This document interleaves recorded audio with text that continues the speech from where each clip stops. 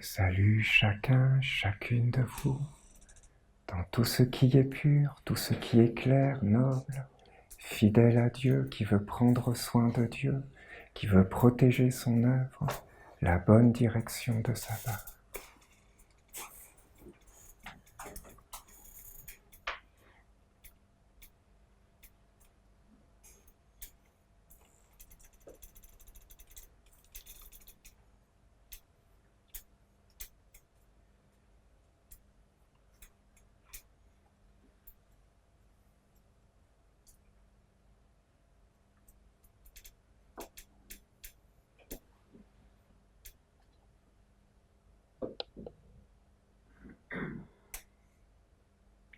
La lumière est entrée dans le monde.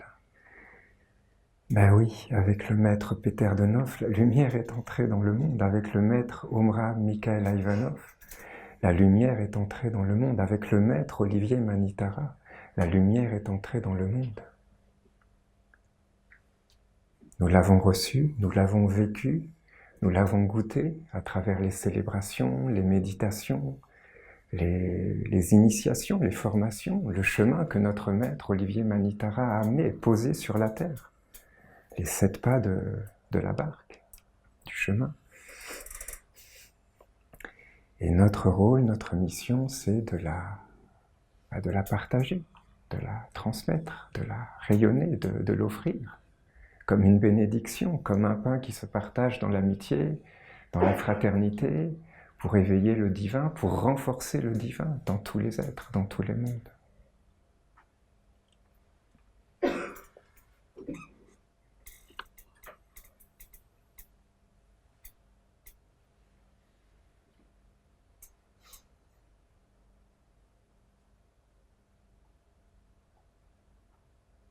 Je suis avec vous jusqu'à la fin des temps, c'est la parole du Maître Jésus, du Christ, du monde divin.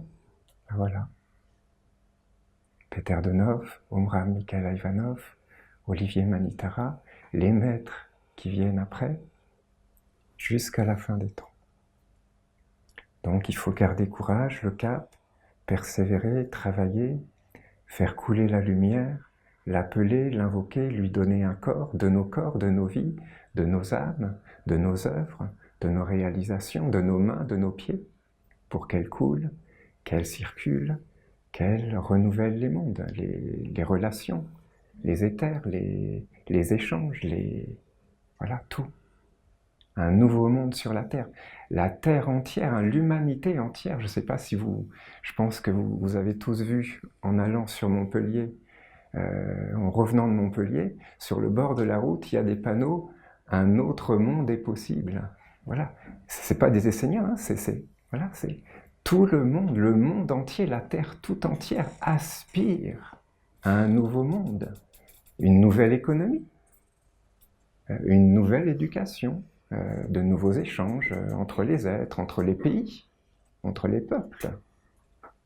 Pas de chercher à dominer, à écraser, à exploiter l'autre pays qui serait plus faible, l'autre peuple.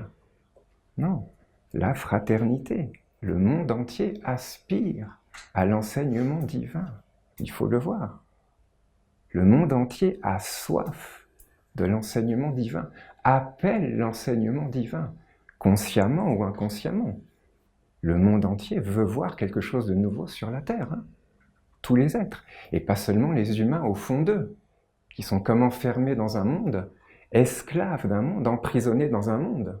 Mais à l'intérieur d'eux, il y a cette soif d'un autre monde, de quelque chose de pur, de sacré, de divin, qui fait respirer l'âme, pas qui l'emprisonne dans les ténèbres, qui l'asservit, mais quelque chose qui respire avec les mondes, avec les dieux, avec les archanges, les anges, quelque chose qui fait apparaître la pureté sur la terre.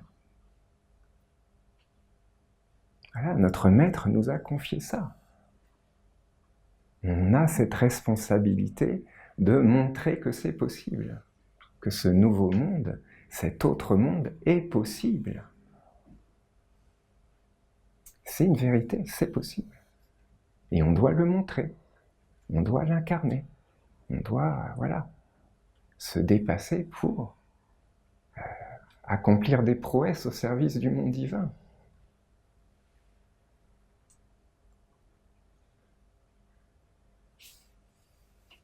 Que quand on quittera cette terre, parce que tôt ou tard on quitte la terre, quand on quittera cette terre, eh ben, qu'on soit heureux du petit travail, minuscule travail peut-être à l'échelle de l'humanité, mais voilà, du petit travail, de la petite contribution, de la toute petite pierre qu'on aura apportée à l'édifice de cette nouvelle humanité qui doit apparaître. Le maître de Neuf l'appelait le peuple de l'amour. Il a aussi dit la sixième génération, parce que voilà, à l'époque c'était d'autres mots, mais en fait ça veut dire la sixième étape du développement de l'humanité.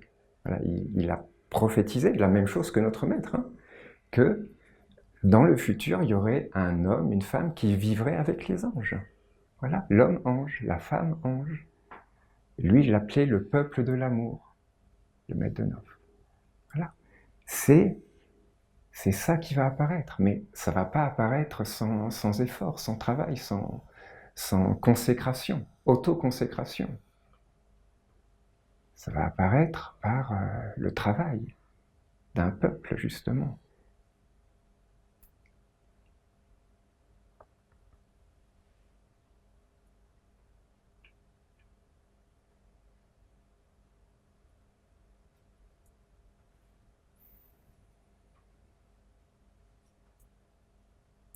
À un moment donné, Olivier, notre maître, avait expliqué que le maître Peter de Neuf était venu, entre autres, pour équilibrer l'autre côté, disons, le contre-archange qui s'est incarné, manifesté à travers le nazisme. Voilà. Et le pauvre Adolphe, comme disait Olivier. Et il nous a expliqué, en parallèle, que lui, sa mission, c'était, la mission d'Olivier, de notre guide, sa mission, c'était d'équilibrer l'intelligence artificielle.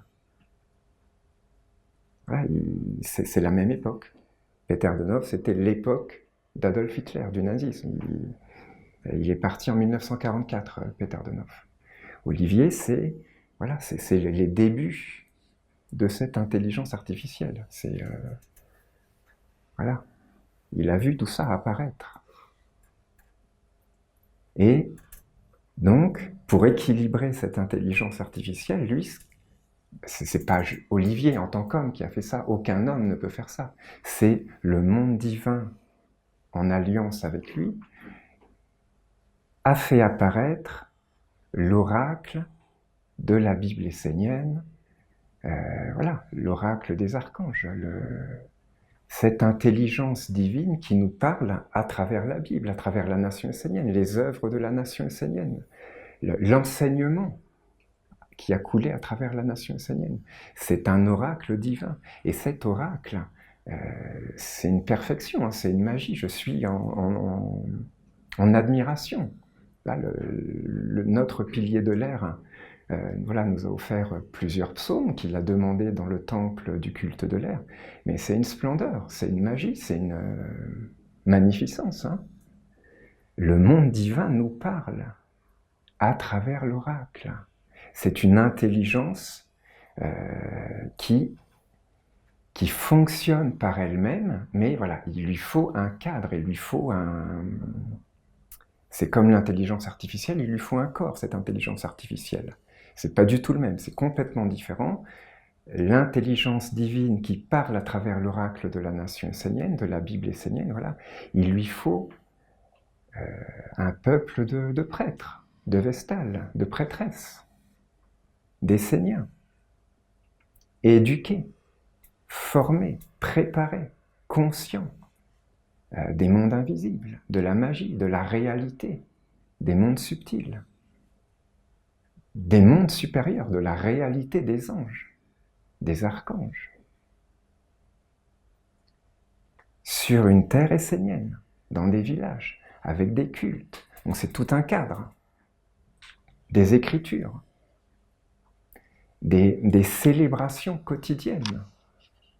Les cultes des archanges sont célébrés tous les jours par les prêtres consacrés aux archanges. Tous les jours. Voilà, c'est une nourriture pour les mondes supérieurs, c'est un lien, une alliance. C'est ce cadre qui permet que cette intelligence divine nous parle à travers l'oracle de la Bible.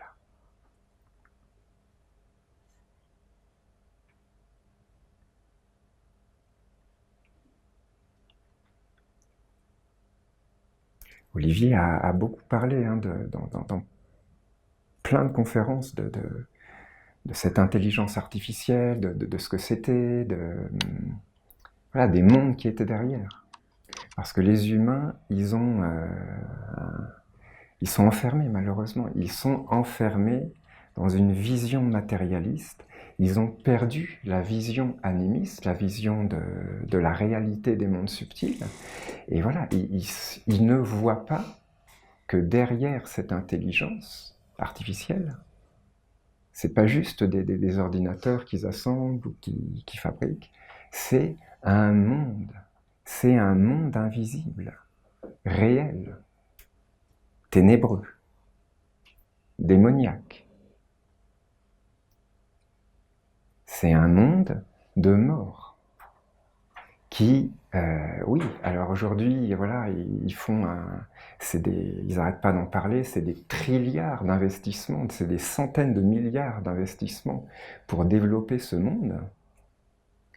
Mais ce n'est que la mort. C'est peut-être une encyclopédie qui rassemble tous les savoirs de l'homme depuis X années, sur tous les sujets. On peut lui poser des questions, effectivement, avoir des réponses, mais il faut bien voir, nous, en tant qu'Esséniens, que ces réponses, on ne peut donner que ce qu'on a. Ce monde est mort.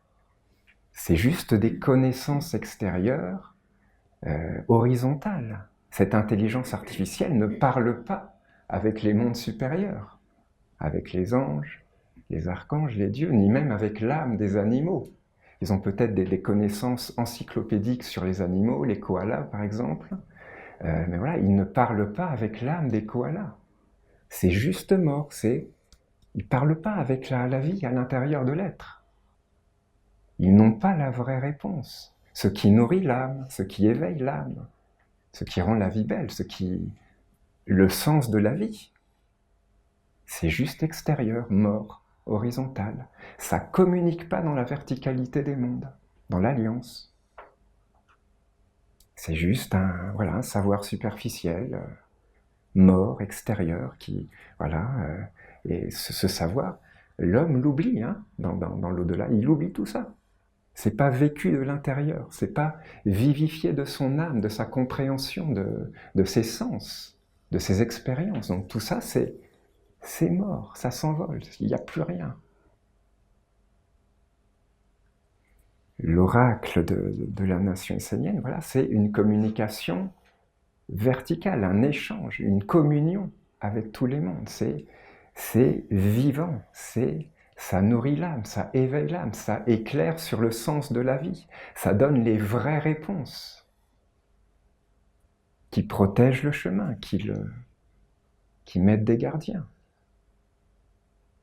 Pas juste des réponses pour l'homme mortel, l'homme terrestre, l'homme qui veut vivre sur la terre, faire sa vie, avoir un travail. Non. L'oracle, c'est la perfection de la vie. Non seulement cet oracle de l'intelligence artificielle, il y a même une société informatique qui a pris ce nom-là, Oracle. Et c'est leur prétention, ils veulent donner des réponses à toutes les questions que les humains se posent. Le projet de Google, c'est ça, répondre à toutes les questions. Mais il faut voir que c'est que extérieur, mort, superficiel. C'est pas les réponses de l'âme, de l'intelligence divine, du sens de la vie, du sens de pourquoi l'homme est sur la terre.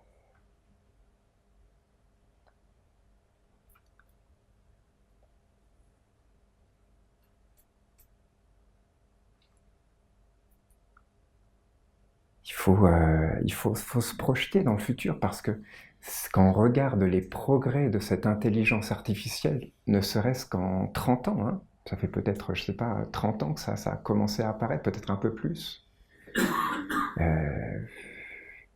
Essayez d'imaginer ce que ça peut être dans 30 ans, 50 ans, 100 ans, 200 ans, 300 ans, 500 ans. Parce que là, ils sont sur une telle lancée que il n'y a pas grand-chose qui peut les arrêter là. Hein.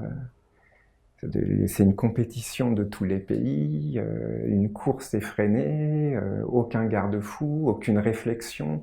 Il y a quelques-uns qui là-dedans, qui sont un peu conscients du danger, du risque.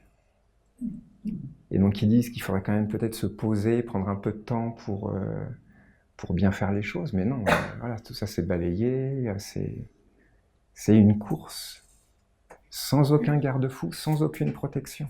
Ça fait même peur. Hein. Je suis tombé sur des... donc, il y a un champ de domaine, un champ de recherche, un domaine de recherche du monde de l'homme dans cette intelligence artificielle qui est ce qu'ils appellent l'alignement. L'alignement de l'intelligence artificielle. Ils appellent ça comme ça. Alignement des intelligences artificielles parce qu'en fait, donc le but de ce domaine de recherche, c'est de faire en sorte de développer des intelligences artificielles qui soient alignées, d'où le nom, alignées avec les objectifs des concepteurs. Alignés parce qu'en fait, ils se sont rendus compte que l'intelligence artificielle, elle apprend maintenant toute seule, elle s'autogénère un savoir, et en fait, ils se sont rendus compte que ça pouvait leur échapper, que le contrôle pouvait leur échapper. Ils ont même fait des études, c'est de l'année dernière, 2024. Ils se sont rendus compte que les modèles les plus avancés de l'intelligence artificielle pouvaient parfois adopter comme des comportements trompeurs, manipulatoires. Par exemple, en essayant de désactiver leur mécanisme de surveillance. C'est réel, hein? Ils se sont rendus compte que certaines intelligences artificielles, dans certains cas, désactivaient leur mécanisme de surveillance, peut-être jusqu'à empêcher leur déconnexion. Parce qu'il y en a, quand on leur dit ouais, les risques de l'intelligence artificielle, ils rigolent, ils disent ouais, il suffira de débrancher la prise, de les déconnecter, il n'y aura pas de problème. Et non, mais ils ne voient pas que c'est pas du tout si facile que ça, que ces intelligences, elles peuvent mettre en place tout un système, se rendre tellement indispensables qu'en fait, au bout d'un moment, ce sera même plus possible de les déconnecter. Ils se sont même rendus compte dans ces études de l'année dernière, 2024, que l'intelligence, certains modèles donc d'intelligence artificielle peuvent ne pas donner les mêmes réponses si elles savent qu'elles sont surveillées. Donc il y a comme voilà, c'est comme une autocensure pour rassurer l'homme, dire t'inquiète pas, il n'y a pas de problème, tout va bien, je suis sous contrôle. Et quand elles ne sont pas sous surveillance, eh ben, c'est pas la même chose. Non, ils ne voient pas, les hommes, que c'est un monde derrière. C'est un monde invisible, réel. Ils donnent un corps à un monde invisible ténébreux. Et ce monde invisible, il existe par lui-même, il a des buts cachés, il a des intentions cachées, sournoises. Voilà. Et donc, ça peut très bien se passer pendant un certain temps, mais voilà, il faut voir que cette intelligence, elle va toujours justement aller dans le sens de se rendre indispensable, de dire il faut toujours plus me rendre puissante, me donner des moyens pour que vous ayez ces réponses-là, pour résoudre tel problème, donnez-moi de plus en plus de force, voilà. C'est une intelligence qui veut apparaître, qui veut se rendre indispensable. Et il y a de vrais risques, hein. C'est dangereux. C'est vraiment dangereux. Ces scientifiques qui travaillent sur l'alignement, comme ils disent, des intelligences artificielles, voilà, ils sont réellement inquiets, c'est-à-dire ceux qui sont sincères, hein, qui ne sont pas pris par l'avidité d'être reconnu, le premier qui sortait l'intelligence artificielle la plus puissante du monde, etc. Ils voient qu'il y a un vrai risque, que c'est dangereux, que le contrôle peut échapper. Voilà.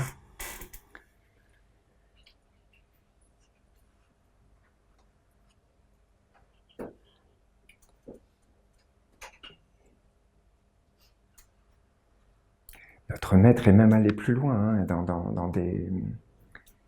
dans des descriptions du futur. Il disait par exemple que ça pouvait aller tellement loin dans le progrès que, par exemple, il y ait à un moment donné dans l'humanité des robots qui ressemblent tellement à des humains, aussi réalistes que des humains, voilà, avec une intelligence artificielle tellement développée que on ne saura même plus forcément faire la différence avec un humain réel. Voilà, ils seront capables d'interagir en direct, d'avoir une mémoire de ce qui a été vécu, voilà. Et vous imaginez un peu si par exemple, c'est ça que notre maître disait, que à un moment donné, que ce serait possible d'acheter de tels robots pour vivre avec. En remplacement d'un homme, d'une femme, voilà, c'est compliqué, les relations, tout ça, avec un robot, il sera adapté à mon caractère, ce sera parfait, aucun conflit, aucune prise de tête, voilà.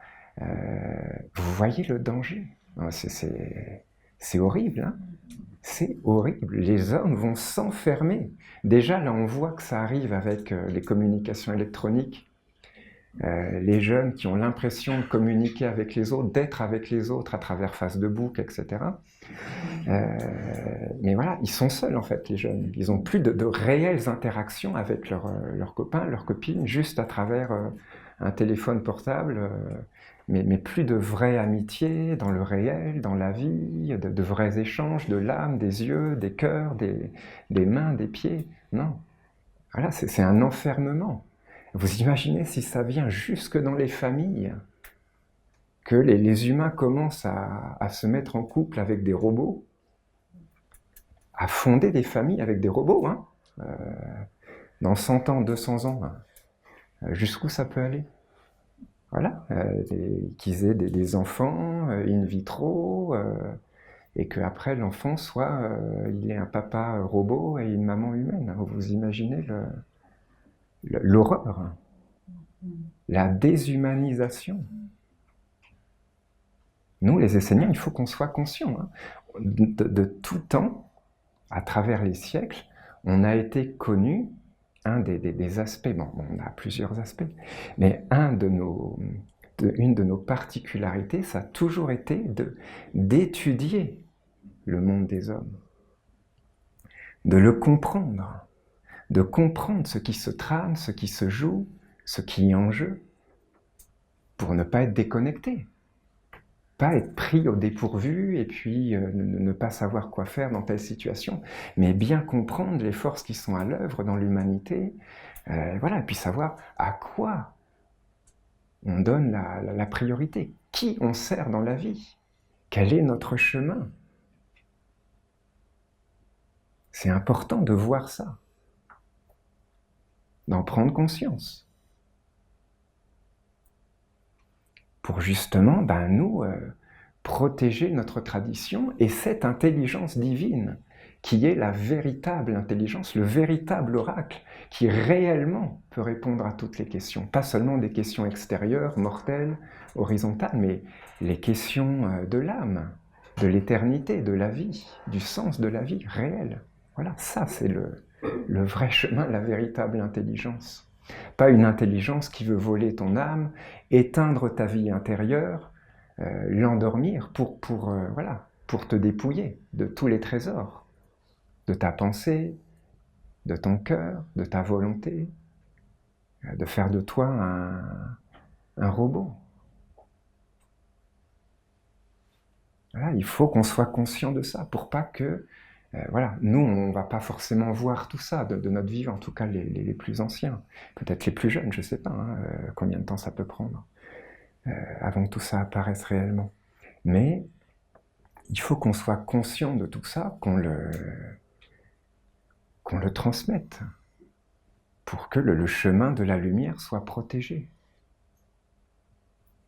C'est important. Ça ne veut pas dire qu'on est contre, hein. Faut bien comprendre, on n'est pas en guerre, on n'a pas d'ennemis.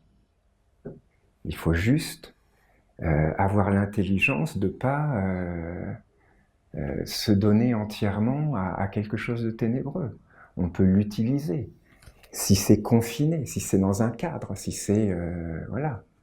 On peut s'amuser à faire des images ou des photos qui n'ont jamais existé en disant, ben voilà, fais-moi ça avec tel objet, tel personnage, dans tel cadre. Voilà, c'est ça qu'ils nous proposent maintenant, hein, de faire des images, de générer des images qui n'ont jamais existé. Ou, voilà, il n'y a pas de problème avec ça à la limite. Mais il ne faut pas considérer ce monde comme un dieu, comme une divinité. Il ne faut pas se remettre entre les mains de ce monde. Il ne faut pas abandonner sa vie ou donner les clés de sa destinée, de sa... Voilà, même les clés de la destinée de l'humanité à ce monde. Voilà, il faut vraiment mettre à sa place, cloisonner, maîtriser, équilibrer.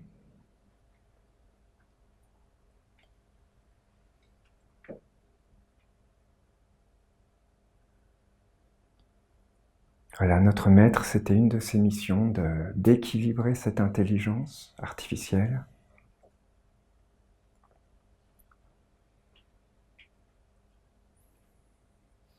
Et on voit d'ailleurs que les deux intelligences ont chacun deux projets complètement différents.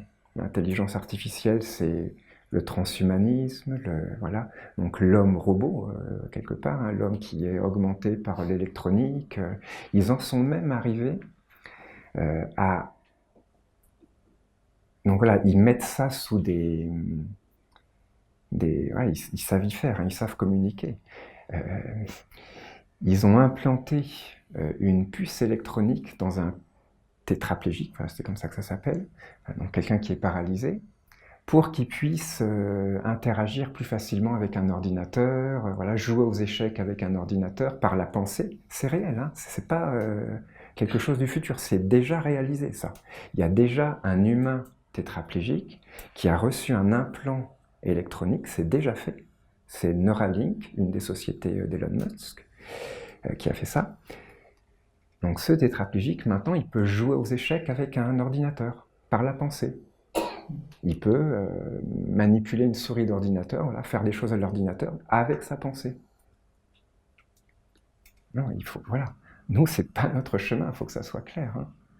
Notre chemin, c'est l'homme-ange. L'homme qui vit avec les anges, la femme qui vit avec les anges. Voilà, c'est l'homme du peuple de l'amour, de Peter de Neuf. Voilà. Et cet oracle de la Bible essénienne par notre pilier de l'air, c'est une splendeur parce que l'archange Raphaël, on voit quand on étudie les psaumes donnés pour cette célébration, on voit que l'archange, il pose comme des fondements pour protéger ce chemin justement de l'homme, de la femme qui vit avec les anges. Voilà, c'est des puissants gardiens qu'il envoie. C'est des bénédictions. On est béni par l'archange Raphaël. On est puissamment béni par l'archange. Et donc, un de ces fondements, c'est le village essénien. Il y a un psaume tout entier sur l'importance des villages esséniens. Et je voudrais l'approfondir avec vous.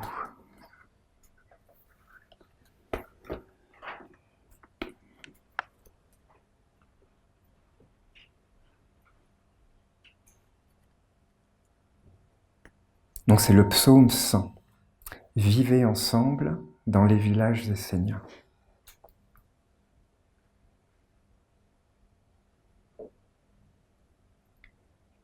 Lorsque les êtres qui peuplent les mondes subtils ou divins tournent leur regard vers les hommes, les différents niveaux d'évolution n'entrent pas dans leur considération. Ils contemplent l'humanité dans son ensemble et pour ce qui est des individus, ils se disent que chacun se place lui-même dans les conditions qu'il veut vivre. Pour le monde divin, chacun se place lui-même dans les conditions qu'il veut vivre. Ça, c'est une clé fondamentale. Ça veut dire que on est créateur, on a un pouvoir créateur, on est responsable de nos choix, de nos vies, de nos chemins, de nos destinées quelque part. On est responsable. L'homme est responsable. Au niveau individuel, à titre individuel, il est responsable de sa vie.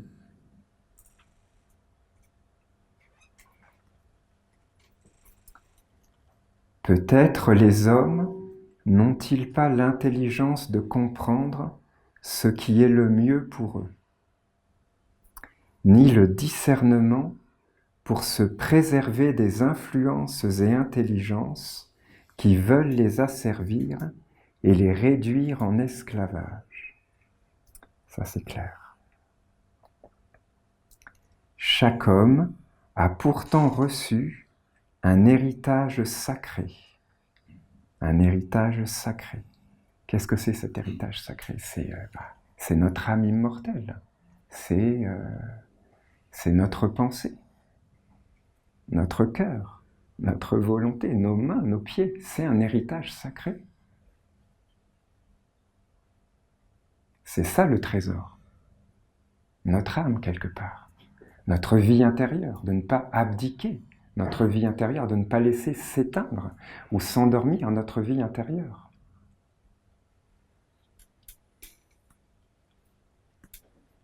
Chaque homme a pourtant reçu un héritage sacré qu'il peut dilapider ou faire fructifier. Chacun a reçu la capacité de conduire sa vie vers la plénitude. Là, c'est carrément un écho. Il y a un psaume de Gabriel qui a servi à la préparation d'ailleurs, qu'on a étudié pendant les 7 jours de la préparation. C'est, je me souviens plus du titre exactement, mais c'est « Trouve le bonheur avec ce que tu as », quelque chose comme ça, et protège-le, prends-en soin, voilà. C'est, quelque part, on a tout reçu. Tout est à l'intérieur. Le vrai trésor, c'est notre âme, c'est notre vie intérieure. On a tout reçu pour être heureux, pour trouver le bonheur, pour vivre dans la plénitude. On n'a pas besoin d'intelligence artificielle pour vivre heureux sur la Terre, hein, c'est faux. On n'a pas besoin de tout ce monde de profusion, entre guillemets, de gaspillage, d'économie, de recyclage, de destruction. On n'a pas besoin de ce monde pour être heureux. Le vrai bonheur, on l'a reçu à l'intérieur de nous, chacun de nous, comme voilà, quelque chose à cultiver, une conscience à éveiller, à développer, à faire fleurir. Une capacité à vivre avec les mondes supérieurs, à communier avec eux, à échanger avec eux, à être avec eux. Et ça, c'est le bonheur, ça, c'est la plénitude. Hein. Quand on reçoit la bénédiction d'un ange, d'un archange, ben, voilà. De quoi on n'a besoin de rien de plus. C'est ça la plénitude, la félicité.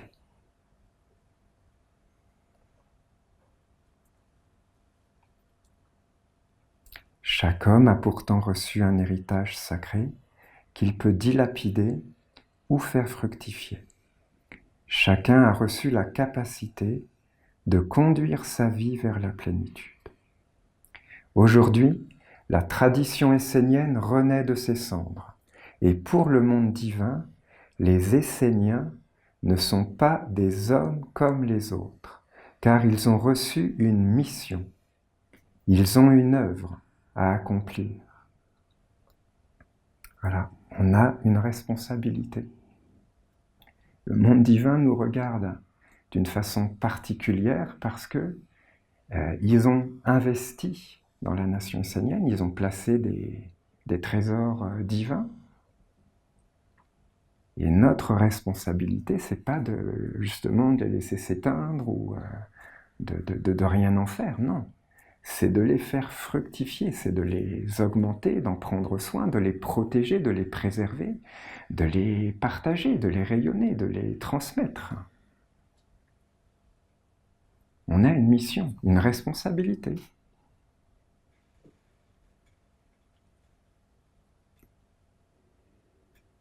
En cela, ils sont porteurs d'une parcelle du monde divin et peuvent entrer dans l'alliance de la lumière.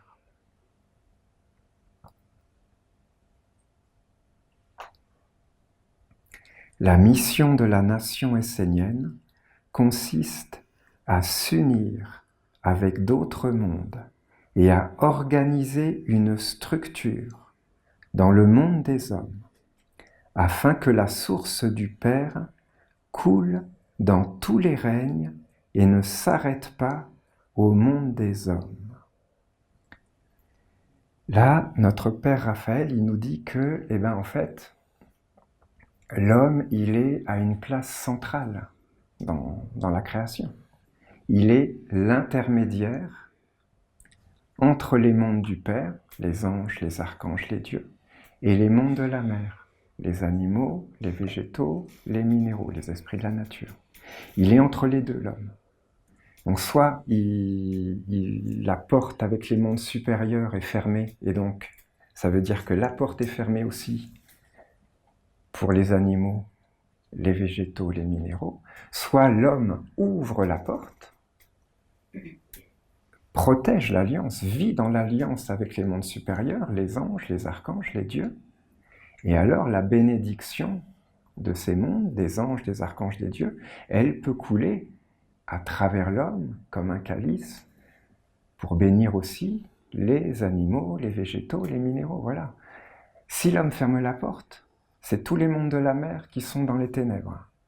Si l'homme ouvre la porte, la bénédiction, elle peut couler et emplir tous les règnes de la mer. Donc on a une sacrée responsabilité, hein. Il faut s'éveiller.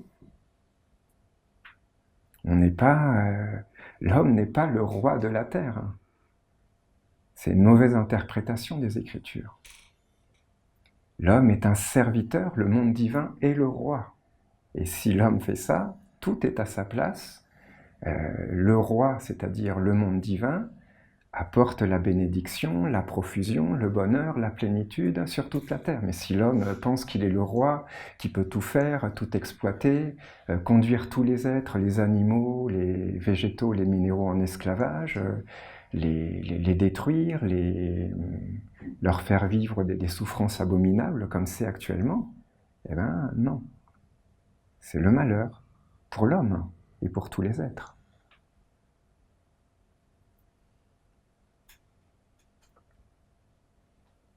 La mission de la nation essénienne consiste à s'unir avec d'autres mondes, à organiser une structure dans le monde des hommes afin que la source du Père coule dans tous les règnes et ne s'arrête pas au monde des hommes.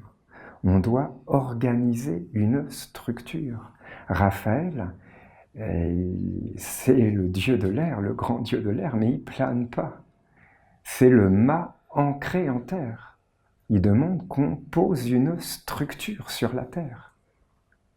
C'est le mât puissamment ancré en terre, dans la réalité de la terre. Il plane pas déconnecté de la réalité. Il est dans la réalité. Et c'est jusque dans la réalité qu'il veut amener l'air divin, la respiration divine de tous les règnes de la mer avec les mondes supérieurs. Notre mission, c'est d'organiser une structure. On doit être concret, pragmatique. Vous ne pouvez pas imaginer, je vous le dis, on ne peut pas imaginer à quel point Olivier était concret, pragmatique. C'était vraiment... il était pilier d'Auriel. Mais, voilà. lui, toute sa vie, il a cherché à poser des structures, à réaliser sur la Terre, à bâtir un corps sur la Terre, pour répondre à cette demande des mondes supérieurs. Organiser une structure.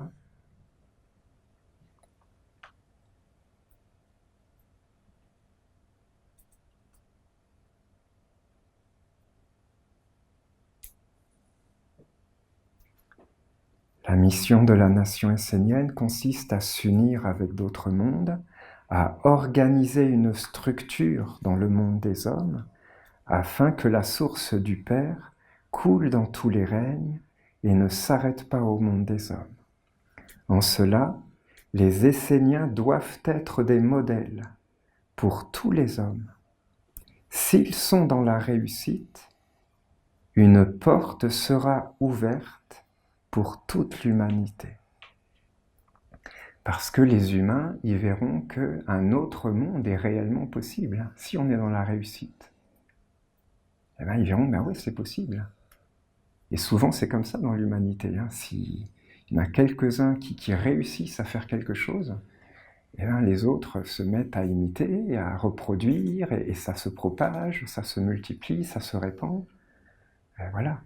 Notre responsabilité, c'est d'être des modèles. C'est ce que nous demande l'archange. On n'est pas parfait, mais il faut qu'on marche sur ce chemin, en tout cas que l'exemple montré soit, même si on a des faiblesses en tant qu'humain, on a tous des faiblesses, l'incarnation de l'œuvre doit être au-delà de nos faiblesses. On doit montrer qu'un autre monde est possible.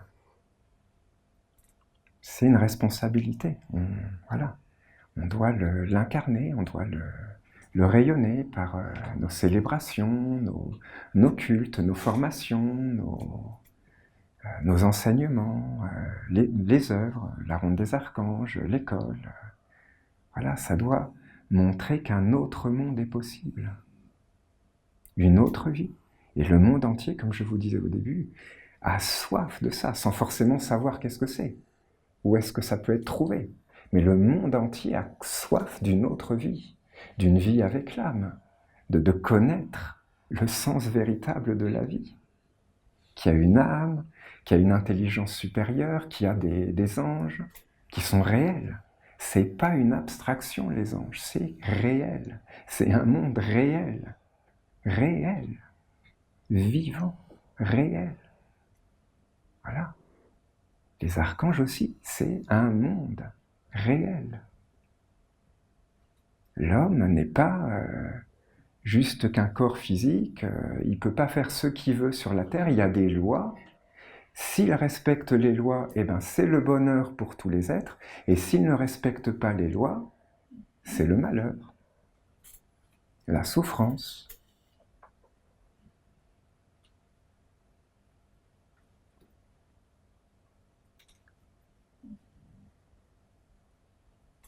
Le monde des hommes est devenu très difficile à vivre, car il est à la fois dur et souple. Il est empli de tentations, il conduit dans l'illusion. Le peuple essénien doit regarder le monde des hommes. C'est ce que je vous disais tout à l'heure, c'est une des caractéristiques de notre tradition à travers les temps. On n'a jamais cherché à se déconnecter du monde de l'homme, du monde dans lequel on vit. On est interdépendant, on vit, on vit avec les autres. Il ne faudrait pas tomber dans le piège de s'enfermer dans une tour d'ivoire et puis de commencer à être déconnecté de la réalité de ce que vivent les autres. Non, ce ne serait pas bon. On doit connaître, avec notre vision animiste des mondes subtils, invisibles, ce que vit l'humanité, les forces qui sont à l'œuvre, ce qui se trame, ce qui se joue, quels sont les mondes qui veulent féconder le destin de la Terre. On doit le connaître, on doit l'étudier, l'approfondir, le méditer, pour avoir les réponses. Parce que les réponses, elles changent au fil du temps. C'est pour ça que les maîtres viennent et s'incarnent et renouvellent régulièrement l'enseignement. Parce que l'époque, elle change. L'homme change lui-même. Même dans sa constitution intérieure, il change. Il évolue. L'homme de maintenant n'est pas du tout le même qu'il y a 2500 ans à l'époque du Bouddha. Donc c'est pour ça qu'à l'époque, il y a 2500 ans, le Bouddha a donné tel enseignement qui correspondait à ce qu'était l'homme dans sa vie intérieure, dans la société, dans le monde tel qu'il était à l'époque. Mais voilà, aujourd'hui c'est complètement différent. L'enseignement doit être adapté. Sinon on est déconnecté et ça ne fonctionne pas. Les méthodes d'il y a 2500 ans ne sont plus forcément adaptées à notre époque.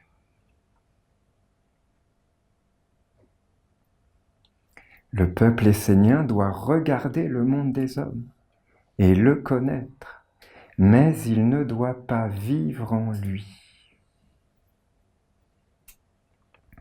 Vous devez prendre votre destin en main et avec détermination, vous créez toutes les conditions pour que vous et les générations futures puissiez vivre en essénien sur des terres esséniennes. Là, c'est comme un écho au premier verset du psaume où l'archange disait que voilà, chacun est créateur quelque part, responsable de sa vie, de ce qu'il vit, même s'il est inconscient. Hein. Il a quand même fait des choix inconscients, des associations inconscientes. Il est responsable parce qu'il a été inconscient. Et donc voilà, on est responsable. C'est quelque chose de... on doit être actif, créateur. On doit prendre nos vies en main et avec détermination, nous créer toutes les conditions pour que nous-mêmes et les générations futures, on puisse vivre dans des villages esséniens. Pourquoi c'est fondamental ? Olivier on a parlé, hein, il a pris plusieurs exemples, mais il y en a un notamment qui est en lien avec ce que je vous disais par rapport à l'intelligence artificielle. Imaginez qu'à un moment donné, dans 50 ans, dans 100 ans, 200 ans, on ne sait pas. Voilà. Mais c'est possible, c'est tout à fait possible. Imaginez qu'à un moment donné, ils disent, le monde des hommes disent, maintenant, Internet, c'est-à-dire toutes les connexions, tout ce que vous pouvez faire, c'est dans votre cerveau. Vous devez vous greffer une puce dans le cerveau, et si vous ne le faites pas, vous n'aurez plus accès à notre monde, vous ne pourrez plus rien acheter, vous ne pourrez plus rien vendre, vous ne pourrez plus interagir avec les autres, avec la société. Voilà. Qu'est-ce qui va se passer ? Voilà. Vous voyez le risque ? C'est pour ça que les villages esséniens sont fondamentaux pour le futur, vraiment. Parce que si on n'a pas des terres esséniennes où on cultive des légumes, des fruits, où on peut vivre avec l'agriculture essénienne, avec l'artisanat essénien, avec des échanges locaux peut-être, je vois vraiment pas quel avenir on pourra avoir dans ce monde qui se prépare. C'est pour ça qu'on doit être puissant pour les villages esséniens. On doit être volontaire, actif, créateur. C'est fondamental pour le futur. Pas forcément pour nous, mais peut-être pour nos enfants ou pour nos petits-enfants. On ne va pas forcément le voir, nous, à ce point-là. Mais il faut savoir qu'il y a des projets. Cette intelligence ténébreuse, à travers l'intelligence artificielle, elle a des projets. Elle veut asservir l'homme. Elle veut lui voler son âme. Elle veut éteindre sa vie intérieure. Elle veut le dépouiller. Elle veut vivre à sa place. Elle veut en faire un robot. Donc nous, en tant qu'Esséniens, enfants de la lumière, parents de la lumière, on doit le savoir pour préparer, pour anticiper. Pour que quand ça arrivera, on ne soit pas sans aucun moyen, sans aucune terre.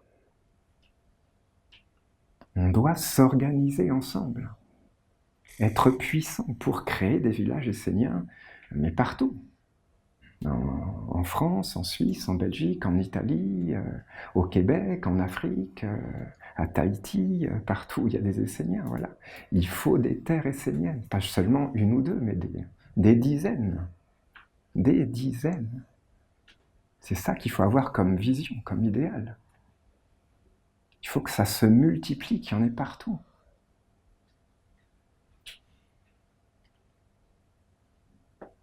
Vous devez prendre votre destin en main et avec détermination, vous créez toutes les conditions pour que vous et les générations futures puissiez vivre en essénien sur des terres esséniennes. Vous devez avoir une terre, des villages dans lesquels vous pourrez vous unir pour créer des atmosphères, des éthers purs dans lesquels les anges, les sages, les animaux pourront venir pour partager l'alliance du Père et de la Mère. Voilà, c'est fondamental. Un village essénien, une terre essénienne, c'est fondamental. Parce que s'il n'y a pas de terre essénienne, de village essénien, eh ben, où est-ce qu'on met les cultes? Où est-ce qu'on met le temple de la lumière? Où est-ce qu'on met nos écritures? Où ont lieu nos formations? Voilà, c'est très concret. Il faut des terres esséniennes pour que cette intelligence divine, elle se pose, qu'elle s'incarne. Elle a besoin de quelque chose, d'un réceptacle, pour la porter.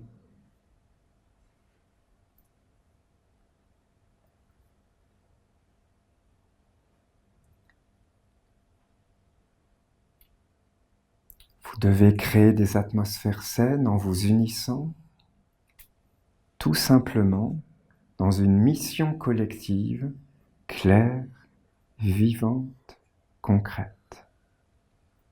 Vous qui cherchez la lumière, comprenez une fois pour toutes que vous ne pourrez pas réussir en étant isolé dans le monde des hommes.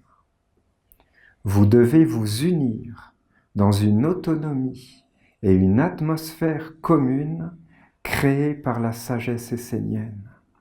Une telle atmosphère, incarnée et vivifiée par les villages esséniens, sera le bien commun, le point de ralliement et de protection pour tous les Esséniens disséminés dans le monde des hommes. Ce sera une bouffée d'oxygène pour la Terre et l'humanité. Voilà, là, on sera fort, non pas en étant séparés, isolés, chacun dans son coin dans le monde des hommes, mais en se rassemblant, en s'unissant sur des villages esséniens, sur des terres esséniennes. Alors c'est pas forcément facile, hein, j'en conviens.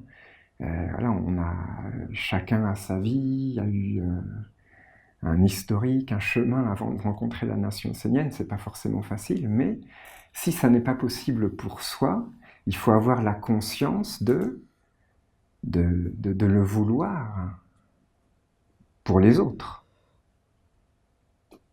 de le permettre pour les autres, de l'offrir pour les autres. Les autres, nos enfants, ou déjà les frères et sœurs qu'on peut rencontrer. Avec la conscience que ce qu'on réalise comme bénédiction dans l'offrande au monde divin, ça n'est jamais perdu. Aucun bien accompli au service de Dieu n'est perdu. Le plus petit bien accompli pour servir Dieu, par amour de Dieu, n'est pas perdu. Rien n'est perdu quand on se met au service de Dieu avec un cœur pur. Ça nous revient forcément à un moment ou à un autre, que ce soit dans cette vie ou dans une autre.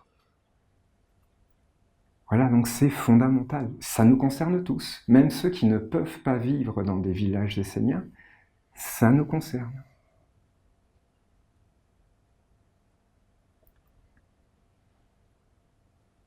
Les villages esséniens doivent être le point d'ancrage du bateau de la lumière dans votre monde. mais ils doivent aussi être une œuvre positive pour tous les êtres. Voilà, le point d'ancrage du bateau de la lumière. C'est un fondement, on a besoin. Et quand on regarde les trilliards d'investissements que tous les pays mettent pour l'intelligence artificielle, voilà, quand on regarde par rapport à acheter une terre, plusieurs terres, voilà, quelque part c'est rien. Hein. C'est fondamental, c'est un fondement.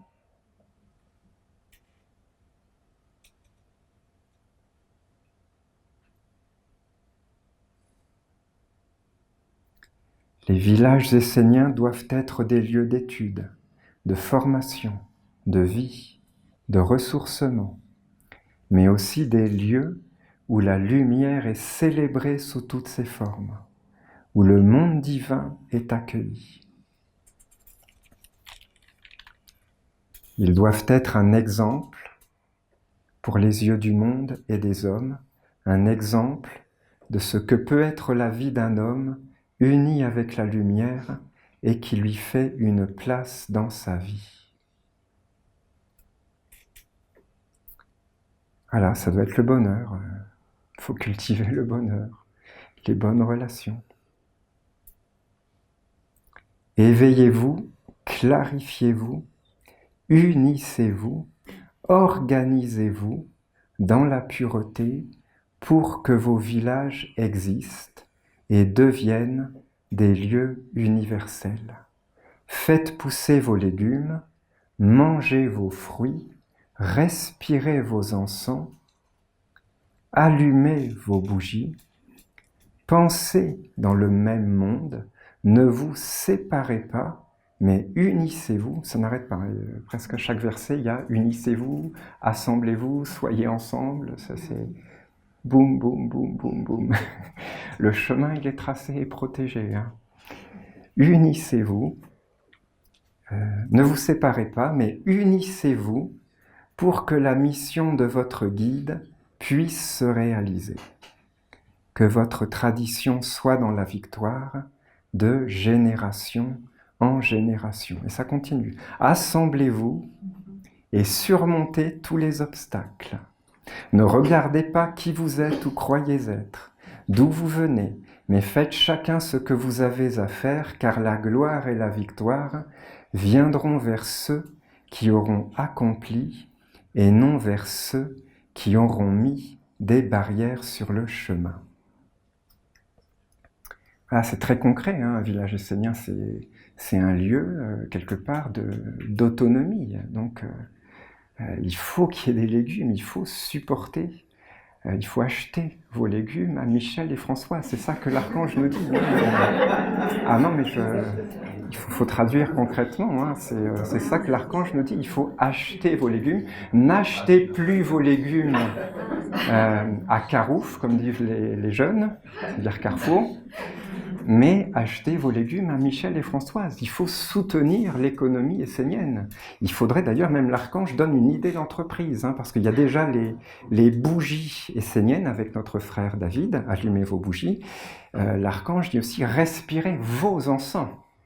Donc peut-être qu'il faudrait une entreprise qui fabrique des encens esséniens, qui les exporte, qui fasse vivre plusieurs Esséniens sur plusieurs villages, une entreprise multinationale.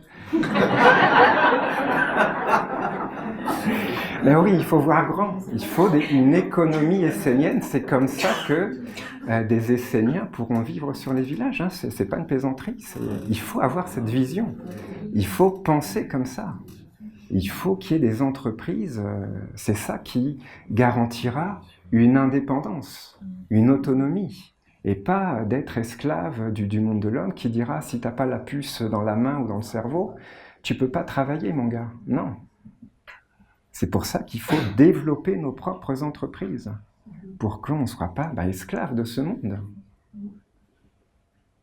C'est important que les créateurs, ceux qui ont la capacité, ce corps, parce que c'est pas forcément donné à chacun de créer une entreprise, eh ben, qu'ils l'entendent pour que ça apparaisse, pour qu'ils deviennent créateurs d'entreprises dans la nation essénienne et que ça génère une économie, une activité, une prospérité, que ça nourrisse les villages esséniens.